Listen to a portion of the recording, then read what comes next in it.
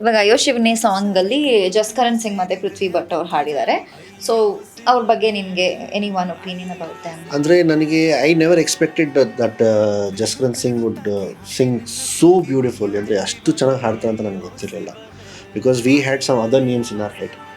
When Arjun Janya ಮತ್ತು ನಮ್ಮ director ಅವರು ಸಜೆಸ್ಟ್ ಮಾಡಿದಾಗ I thought he is from a different caste because he comes from Punjabis family. So ನಮ್ಮ ನಾಡು, ನಮ್ಮ ಭಾಷೆ, ನಮ್ಮ ಕನ್ನಡ, ಆ ಪ್ರೊನೌನ್ಸಿಯೇಷನ್ ಬಿಕಾಸ್ ಇದರಲ್ಲಿ ತುಂಬ ಸ್ಪಷ್ಟವಾಗಿ ಭಾಷೆ ಇದೆ, ಸ್ವಲ್ಪ ಹಳ್ಳಿ ಸ್ಲ್ಯಾಂಗು.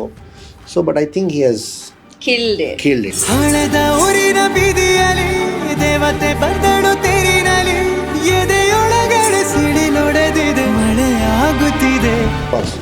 ನಾನು ಅದು ಹೇಳಬೇಕು, ತುಂಬ ಬ್ಯೂಟಿಫುಲ್ ಆಗಿ ಹಾಡಿದ್ದಾರೆ. ಐ ಥಿಂಕ್ ಆಫ್ಟರ್ ದ್ವಾಪರ I think this is is second super hit. 100%. ಇಂಥ ಒಂದು ಚಾಲೆಂಜಿಂಗ್ ರೋಲು ನಿಂಗೆ ಹೇಗೆ, ಹೌ ಡಿಡ್ ಯು ಫೀಲ್ ನಾನು ಮಾಡಬೇಕು ಇದನ್ನು?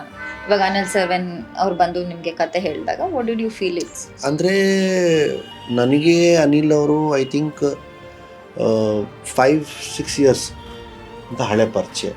ಹೈ ಹಲೋ ಹವರ್ ಯು ಅಂತ ಹೇಳಿ ಅಷ್ಟೇ ಫ್ರೆಂಡ್ಶಿಪ್ ಆಗಿತ್ತು. ಯಾವುದೋ ಒಂದು ಕಾರಣಗಳಿಂದ ನಾವು ಭೇಟಿಯಾದ್ವಿ, ಜೊತೇಲಿ ಸಿನಿಮಾ ಮಾಡೋಣ ಸರ್ ಅಂತ.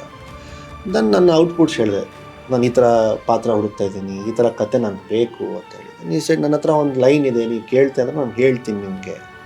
ಹೇಳಿ ಸರ್ ಪರವಾಗಿಲ್ಲ. ಅವ್ರು ಬಂದು ನನಗೆ ಹೇಳಿದ್ರು, ಸೊ ಈ ಥರ ಕತೆ ಇದೆ, ದಿಸ್ ಈಸ್ ಯುವರ್ ಕ್ಯಾರೆಕ್ಟರ್, ಹಿಂಗಿರುತ್ತೆ, ಸಿಕ್ಕಾಪಟ್ಟೆ ವಾಲೆಂಟ್ ಆಗಿರುತ್ತೆ. ನಾನು ಸಿಕ್ಕಾಪಟ್ಟೆ ಇಷ್ಟ ಆಯಿತು. ನಾನು ಒಂದು ನಿಮಿಷಕ್ಕೆ ಯೋಚನೆ ಮಾಡಲಿಲ್ಲ ನಾನು, ಅಂದರೆ ನನ್ನ ಬ್ಯಾಕ್ಗ್ರೌಂಡ್ ಏನು, ಅದೇನು, ಜನ ಹೇಗೆ ಯೋಚನೆ ಮಾಡ್ತಾರೆ, ನಾನು ಅದನ್ನು ನಾನು ತಲೆ ಕೆಡ್ಸ್ಕೊಳಕ್ಕೆ ಹೋಗಿಲ್ಲ.